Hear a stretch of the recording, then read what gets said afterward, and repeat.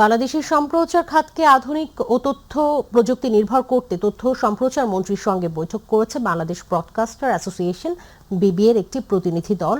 সৌজন্য সাক্ষাৎ ও মতবিনিময়ে উঠে এসেছে প্রযুক্তিগত উন্নয়ন, দক্ষ জনবল গড়ে তোলা এবং একটি স্বাধীন সম্প্রচার কমিশন গঠনের প্রস্তাব।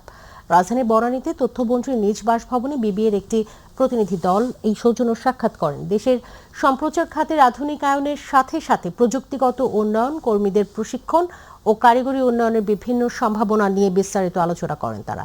এ সময় তথ্যমন্ত্রী গণমাধ্যম খাতের পেশাদারিত্ব বজায় রাখতে দেশের সকল গণমাধ্যম কর্মীদের একযোগে কাজ করার আহ্বান জানান।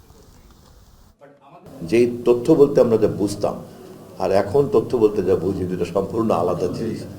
আমার দায়িত্ব হচ্ছে কত দ্রুত কানেক্ট করে দেওয়া যায়। আমি এই জন্যই বললাম যে আপনাদের কথাগুলিকে আপনারা অর্গানাইজড ফর্মে আনার জন্য আমার প্রথম পরামর্শ হচ্ছে আপনারা একটা কনসেপ্ট পেপার দেন। সেকেন্ড পরামর্শ হচ্ছে আপনারা একটা ওয়ার্কশপের আয়োজন করেন। সেখানে আপনারা আপনাদের তো আছেই, যাকে যাকে সংশ্লিষ্ট মনে করেন তাদেরকে ডাকেন।